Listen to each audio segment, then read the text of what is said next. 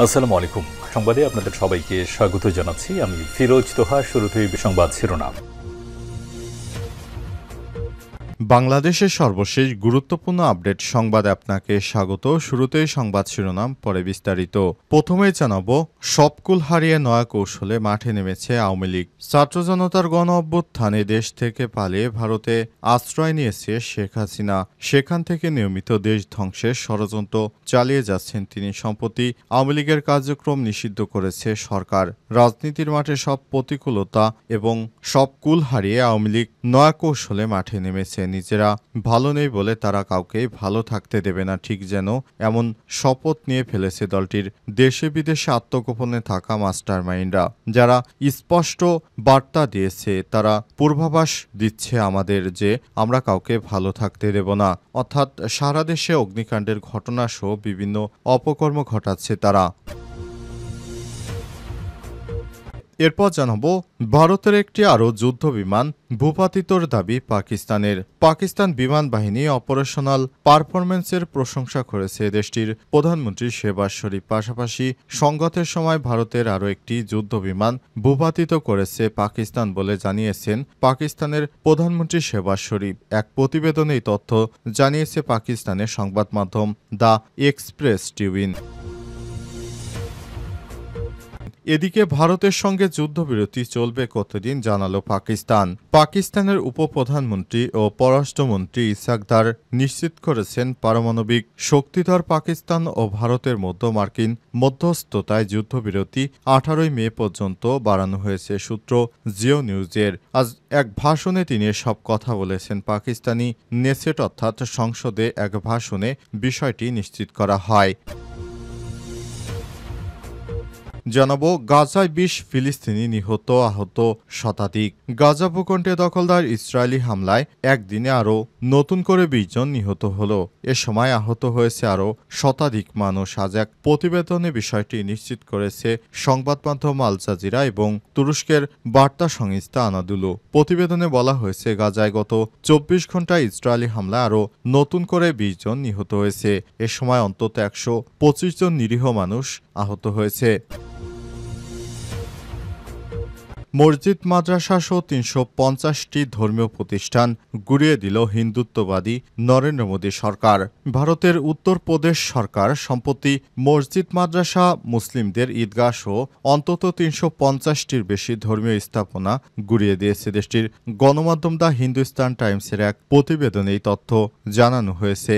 স্থানীয় প্রশাসনের এক বিবৃতিতে জানানো হয়, রাজ্যের নেপাল সীমান্তবর্তী জেলাগুলোতে এই অভিযান অব্যাহত রয়েছে। এখন পর্যন্ত 350টির বেশি মসজিদ, মাদ্রাসা, মাজার, মুসলমানদের ঈদগাহ গুড়িয়ে দেওয়া হয়েছে। প্রিয় দর্শক, এতক্ষণ শুনছিলেন সংবাদ শিরোনাম, এবারে বিস্তারিত।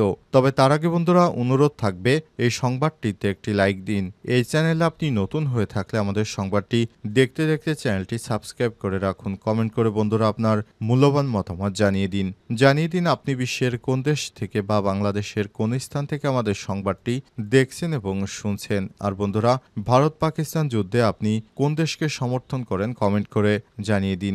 আপনি যদি ভারতকে সাপোর্ট করে থাকেন কমেন্টে জয় হিন্দ, এবং পাকিস্তানকে যদি সমর্থন করে থাকলেন তাহলে পাকিস্তান জিন্দাবাদ লিখে বিশ্ববাসীকে জানিয়ে দিন। এবারে বিস্তারিত। সবকুল হারিয়ে নয়া কৌশলে মাঠে নেমেছে আওয়ামী লীগ। ছাত্র জনতার গণ অভ্যুত্থানে দেশ থেকে পালিয়ে ভারতে আশ্রয় নিয়েছে শেখ হাসিনা। সেখান থেকে নিয়মিত দেশ ধ্বংসের ষড়যন্ত্র চালিয়ে যাচ্ছেন তিনি। সম্প্রতি আওয়ামী লীগের কার্যক্রম নিষিদ্ধ করেছে সরকার।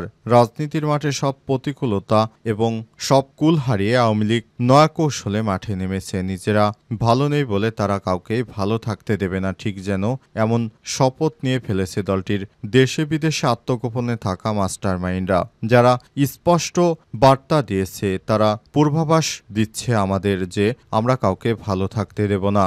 অর্থাৎ সারা দেশে অগ্নিকাণ্ডের ঘটনা সহ বিভিন্ন অপকর্ম ঘটাচ্ছে তারা।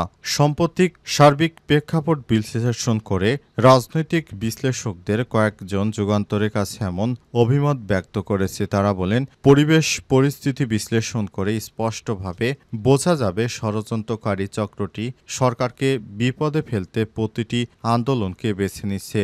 আন্দোলনের যৌক্তিকতা থাকুক বা না থাকুক, তারা সেখানে কৌশলে তাদের লোকজনকে ঢুকিয়ে দিচ্ছে। উদ্দেশ্য সরকার বিরোধী বড় ধরনের বিক্ষোভের প্লট তৈরি করা। আর এক্ষেত্রে পলাতক আওয়ামী লীগের অন্যতম টার্গেট ছাত্রদের মতো স্পর্শকাতর আন্দোলনকে পুঁজি করা। অন্তর্বর্তীকালীন সরকারের গত ৮ মাসে অসংখ্য আন্দোলনের গতিপথ পর্যালোচনায় এমন দৃশ্যপট বারবার ধরা পড়েছে। এজন্য তারা মনে করেন, যেখানে আন্দোলন সেখানেই ফ্যাসিবাদের গোপন ছায়ার জন্য সরকারসহ দেশপ্রেমিক সবাইকে সজাগ ও সচেতন থাকতে হবে। বিশ্লেষকরা জানান, অন্তর্বর্তীকালীন সরকারে ভুলভ্রান্তি থাকতে পারে, কিন্তু মনে রাখতে হবে এই সরকার ব্যর্থ হওয়া মানেই গণ অভ্যুত্থান ব্যর্থ হয়ে যায়। কারণে আন্দোলনের নামে মহল বিশেষ যেন লাশ ফেলার রাজনীতি সহ নাশকতামূলক কিছুই ঘটাতে না পারে, সে ব্যাপারে সরকারকেও সময়মতো প্রয়োজনীয় ব্যবস্থা গ্রহণ করতে হবে। এ সরকার যদি ব্যর্থ হয় তাহলে হেরে যাবে বাংলাদেশ। ভারতের আরও একটি যুদ্ধবিমান ভূপাতিতের দাবি পাকিস্তানের। পাকিস্তান বিমান বাহিনীর অপারেশনাল পারফরম্যান্সের প্রশংসা করেছে দেশটির প্রধানমন্ত্রী শেহবাজ শরীফ। পাশাপাশি সংঘাতের সময় ভারতের আরও একটি যুদ্ধবিমান ভূপাতিত করার দাবি করেছেন তিনি। আজ এক প্রতিবেদনে এই তথ্য জানিয়েছে পাকিস্তান ভিত্তিক সংবাদ মাধ্যম এক্সপ্রেস ট্রিবিউন। প্রতিবেদনে বলা হয়েছে, গত ৬ থেকে ৭ মে রাতে শ্রীনগরের পূর্বে পাম্পোরের কাছে ষষ্ঠ ভারতীয় বিমান একটি মিরাজ ২০০০ ভূপাতিত করার বিষয়টি নিশ্চিত করেছে শেহবাজ শরীফ। এর আগে ভারতের ৫টি যুদ্ধবিমান ভূপাতিত করার কথা জানিয়েছিল পাকিস্তান। শেহবাজ শরীফ বলেছেন, এই ঘটনা ভারতীয় যুদ্ধবিমান ভূপাতিত পাকিস্তান বিমান বাহিনীর যুদ্ধে উৎকর্ষতা এবং যে কোনো মূল্যের মাতৃভূমি রক্ষার জন্য তাদের সশস্ত্র বাহিনীর অটল সংকল্পের প্রমাণ। পাকিস্তান আইএসপিআর জানিয়েছে, আজ পাকিস্তান বিমান বাহিনীর একটি অপারেশনাল ঘাঁটি পরিদর্শনের সময় শেহবাজ শরীফ এসব কথা বলেছেন। সেখানে তিনি বিমান বাহিনীর যুদ্ধের উৎকর্ষতার প্রশংসা করেছেন এবং যে কোনো আগ্রাসনের বিরুদ্ধে দেশটির সার্বভৌমত্ব রক্ষায় দৃঢ় সংকল্প পুনর্ব্যক্ত করেছেন। তিনি এদিন পাইলট, প্রকৌশলী এবং টেকনিশিয়ান সহ সম্মুখ সারির সদস্যদের সঙ্গে দেখা করেন এবং নির্ভুলতা, পেশাদারিত্ব এবং জাতীয় প্রতিরক্ষার প্রতি অঙ্গীকারের জন্য তাদের প্রশংসা করেছেন। ভারতের সঙ্গে যুদ্ধবিরতি চলবে কতদিন জানালো পাকিস্তান।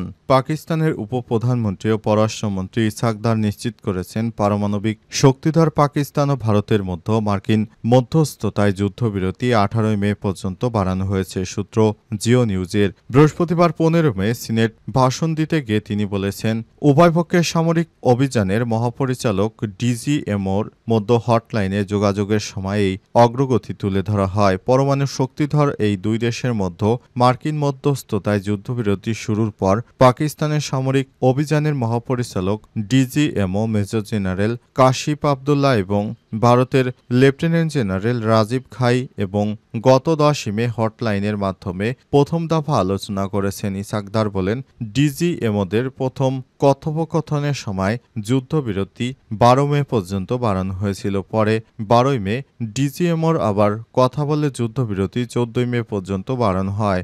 অবশেষে ১৪ মে আবারও আলোচনার ফলে যুদ্ধবিরতি ১৮ মে পর্যন্ত বাড়ানো হয়েছে। তিনি আরও বলেন, গত ১০ মে মার্কিন পররাষ্ট্রমন্ত্রী মার্ক রুবিও তাকে জানিয়েছেন নয়াদিল্লি যুদ্ধের জন্য প্রস্তুত। তার কথায়, ১০ মে সকাল ১০:১০টার দিকে আমি মার্কিন পররাষ্ট্রমন্ত্রীর কাছ থেকে একটি ফোন কল পাই। এতে তিনি আমাকে জানান যে ভারত যুদ্ধবিরতিতে সম্মত হতে প্রস্তুত। তখন আমাদের প্রথম পর্বের অভিযান শেষ হওয়ার কাছাকাছি ছিল। ইসহাক দার আরও বলেছেন, তিনি শীর্ষ মার্কিন কূটনৈতিককে বলেছিলেন যে নয়াদিল্লি যদি যুদ্ধবিরতিতে রাজি থাকে তাহলে পাকিস্তানও তা করতে প্রস্তুত। পরে মার্কিন প্রেসিডেন্ট নিজেই জানান, ভারত পাকিস্তান যুদ্ধবিরতিতে সম্মত হয়েছে। মসজিদ মাদ্রাসা সহ ৩৫০ ধর্মীয় প্রতিষ্ঠান গুঁড়িয়ে দিল ভারত। ভারতের উত্তরপ্রদেশে সরকারের সম্পত্তি মসজিদ মাদ্রাসা ও ঈদগাহ সহ ৩৫০টিরও বেশি ধর্মীয় স্থাপনা গুঁড়িয়ে দিয়েছে দেশটির গণমাধ্যম দ্য হিন্দুস্তান টাইমসের এক প্রতিবেদনে এই তথ্য নিশ্চিত করা হয়েছে। স্থানীয় প্রশাসনের এক বিবৃতিতে জানানো হয়েছে, রাজ্যের নেপাল সীমান্তবর্তী জেলাগুলোতে অভিযান অব্যাহত রয়েছে। এতে এখন পর্যন্ত ৩৫০টির বেশি মাদ্রাসা, মসজিদ, মাজার এবং ঈদগাহ গুঁড়িয়ে দেওয়া হয়েছে। মহারাজগঞ্জ, সিদ্ধার্থনগর, বালরামপুর এবং শ্রাবস্তী, বহরাইচ সহ এই ৭ জেলায় অভিযান এখনও চলমান রয়েছে। একদিনেই মহারাজগঞ্জে ২টি, শ্রাবস্তী ও বহরাইচে একটি করে স্থাপনা ভাঙা হয়েছে। মহারাজগঞ্জ জেলার ফারেন্ডা তহসিলের সেমরাহানি গ্রাম এবং জৌগলি গ্রামে নির্মিত ২টি তথাকথিত অবৈধ মাদ্রাসা ভেঙে ফেলা হয়েছে বলে দাবি করেছে তারা। শ্রাবস্তীর ভিঙ্গা তহসিলের কালিমপুরাতে সরকারি জমিতে নির্মিত একটি অনুমোদিতহীন মাদ্রাসা গুঁড়িয়ে দেওয়া হয়েছে। অন্যদিকে বহরাইচে বন বিভাগের জমিতে একটি মাজার অবৈধভাবে নির্মাণ করা হয়েছিল অভিযোগ তুলে সেটিও উচ্ছেদ করা হয়েছে। প্রশাসনের পক্ষ থেকে জানানো হয়েছে, এসব অবৈধ স্থাপনা ভারত নেপাল সীমান্তের ১০ কিলোমিটার ভেতরে গড়ে তোলা হয়েছে। সরকারি জমি, বনভূমি কিংবা অন্যান্য জনসম্পত্তি দখল করে গড়ে ওঠা এসব স্থাপনা ধর্মীয় রূপ পেলেও আইন মেনে গড়ে তোলা হয়নি বলে উল্লেখ করেছে জনপ্রশাসন।